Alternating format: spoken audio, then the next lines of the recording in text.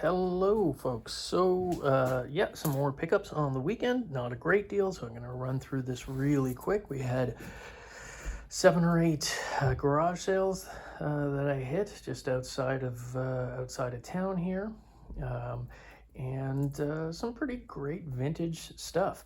I also bought a pretty big record collection, somewhere near 400 records, I think. And I'm not going to bother going through those because it takes too long. If you are a member of the store's Facebook page or the store's Instagram page, which is all one word on Instagram, Time Capsule Dunville, or 3 words, Time Capsule Dunville, on Facebook, you can join up those. And I put record flips up every week of the new records that I'm bringing in for the week and have ready. So we'll go through those if you want to hit that up. But yeah, just lots of great and interesting things. A few thrift store finds, but most of it was garage sales, and as I said, a few things from the record buy as well. So garage sales. I actually managed to grab something that I don't find very often. A couple of vintage Ouija boards, both from Parker. 2 different versions. I think this one here, as you can see, that's an earlier version. I think that one's 60s, and this one's closer to the 1970s. Slightly different variants on the boards, basically the same graphics, but construction slightly different. There's your little walker. The boxes are a little bit beat up, but not terrible. The boards look virtually unused.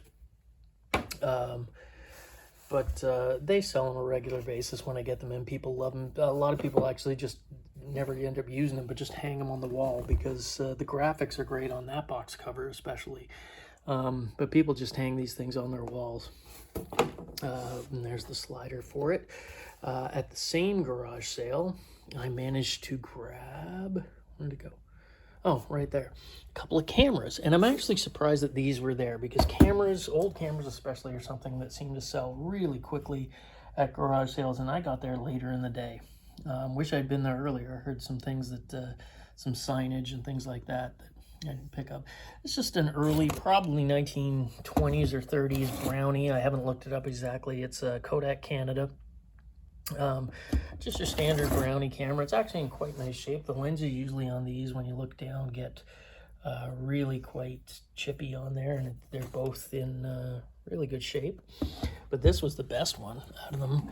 Again, probably because people wouldn't have recognized this necessarily as a camera, and because it just looks kind of like, I don't know, a wallet or a pocketbook. But if you know how to open them, it opens up. Oops. It might need 2 hands or a knee. There you go. How's that for technical?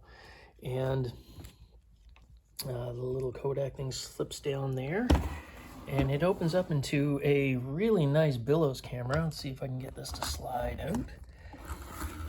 Look at that. It's almost like I know what I'm doing. And you get this amazing circa 1908 billows style camera. It is in incredible condition. Usually with these billows, you find them, they have tears. But this one is really good shape. Where's the model number on it? You can actually find it. It's right there. It's a TB, a whole bunch of numbers, which I can't remember offhand, but you can see them right there. Some nice contrasting brass features and fixtures. With the chrome and silver, and yeah, it's complete. Everything is there. It is in really, really great condition, as I said before. You spin it around there. The only flaw that I would say with it in general is that the strap has broken and is missing clearly part of it, but that's not too big of a deal usually. Actually, it would have went across there like that. Oh, there you go. I just broke the final piece of it. Would have went across there like that. Probably could repair that if I really want to, but I probably just won't even bother with that. Just sell it as is. Great camera. I mean, your comps on eBay are in the $100 range for it US, so that is a nice pickup, especially because it is in such a nice shape. It's a Canadian version, so if I was to sell it on eBay, it actually might garner a bit more interest. because the Canadian ones, just based on population, probably didn't produce as many. That generally goes for a lot of things. The Canadian versions of items that are produced between the States and Canada, the Canadian ones are usually produced in lower numbers just because there is such a population difference. So they're a little harder to find, obviously, outside of Canada. And they do garner interest usually for especially things like this, like cameras and other things. So yeah, that was a nice pickup. And lastly, at that garage sale, just sitting on a table, is the instruction manual for an Atari 2600. The first video game, well, the first popularized video game system, really. So yeah, paperwork is always something you should look for because it's the stuff that gets lost or thrown away. And for people who collect and who are, you know, want to put these things on display, paperwork and boxes and things like that are always sought after because they kind of complete it.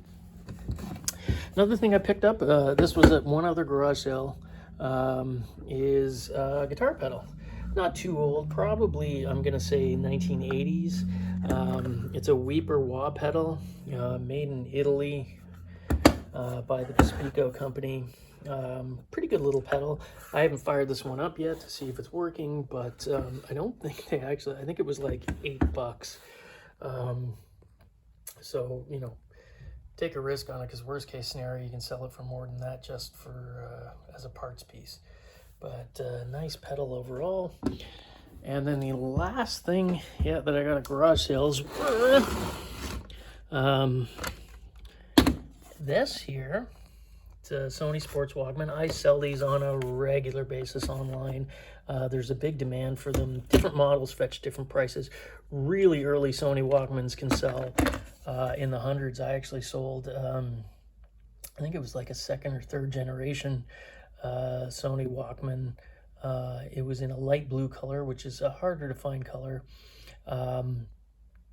And it wasn't working. I sold it as is, not working for parts, and it still sold for over 100 and ended up going to Australia of all the places. But this is just, these are a little more common. They sold millions of these, but they're also one of the most, I think, desired ones by people who want to actually just use them. So this one does work. It powers up. I haven't done an actual long-term test with it. I'm going to have to do that later. Didn't come with the headphones, unfortunately, but that usually doesn't. And they go for around, you know, $50 to $75. So if you can pick them up at a garage sale, just do that.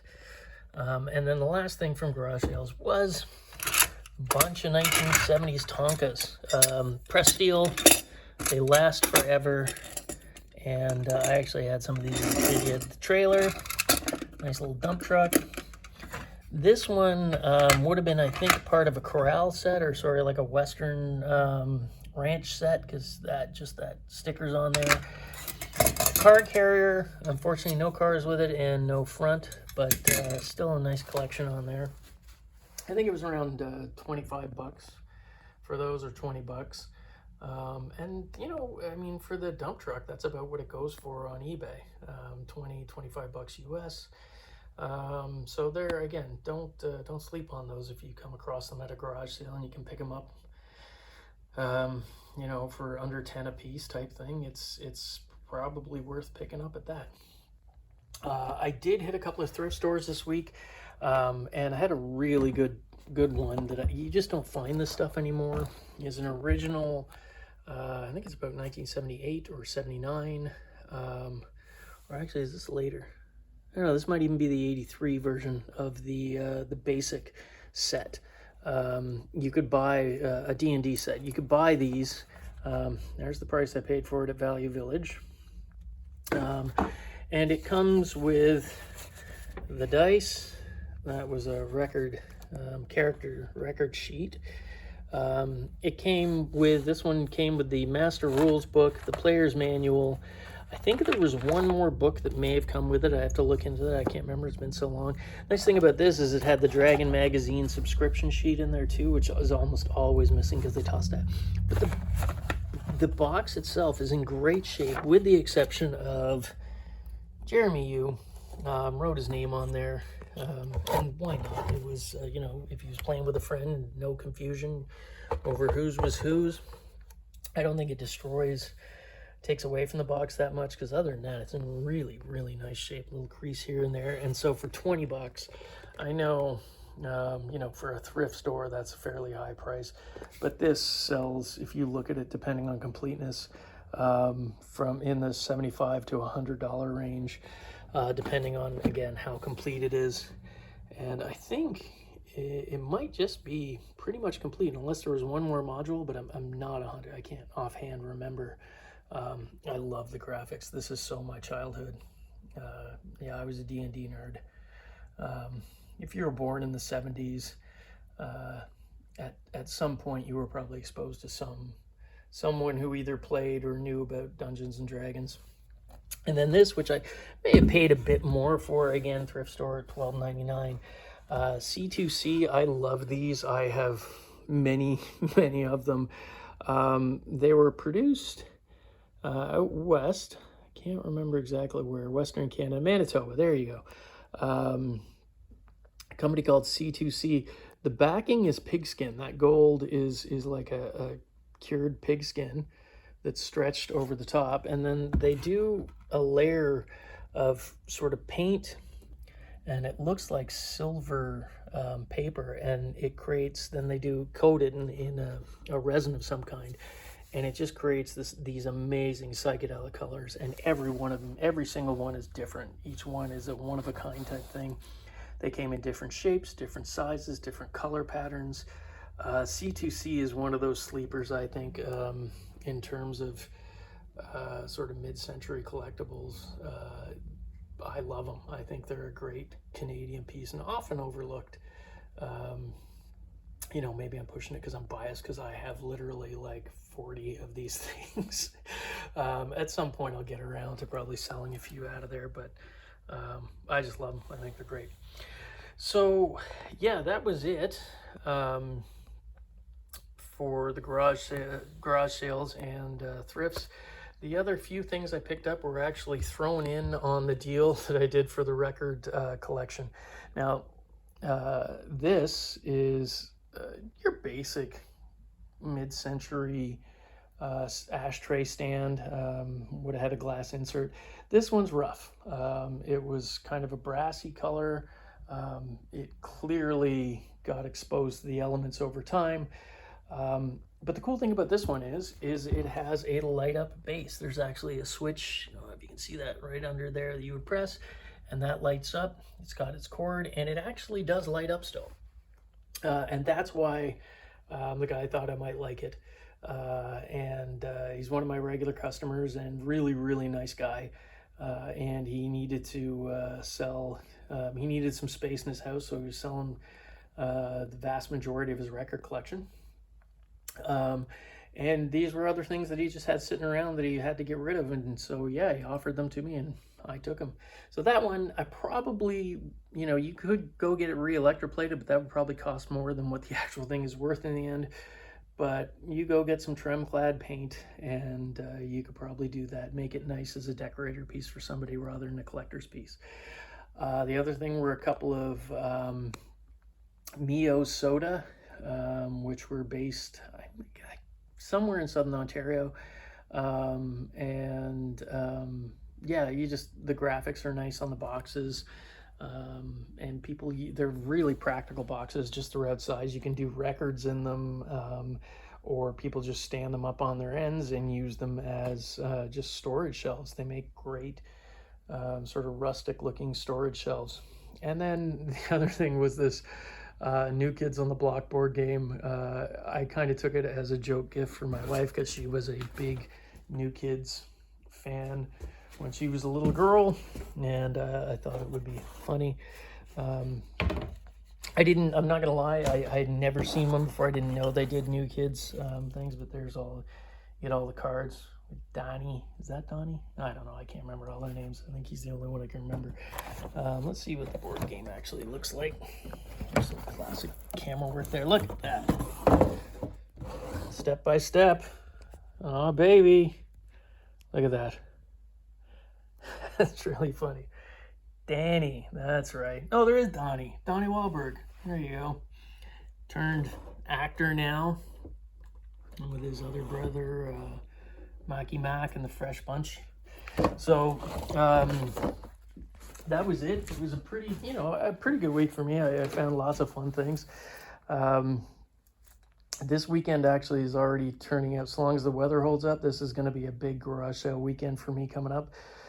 It's the long weekend here in Canada, the May 2-4, as we call it, even though it isn't on the 24th this year. But there's, if the weather holds out, there's supposed to be a couple of really big garage sales coming up. So hopefully this time next week, I will have a bunch of new stuff to show you. So yeah, I hope you're all out and enjoying the weather, or able to get out this weekend and hit some garage sales and find some stuff. If you have any questions or comments, just throw them in there. I love hearing from people. And obviously the one that I always say at the end is, hey, if you like this video, maybe just press the like button. You know what? And if you're not already subscribed, why not subscribe? It takes literally a second, and then you get notifications when I put new videos up. Yeah, we'll leave it at that. Hope you all have a good week. Get some great stuff. See ya.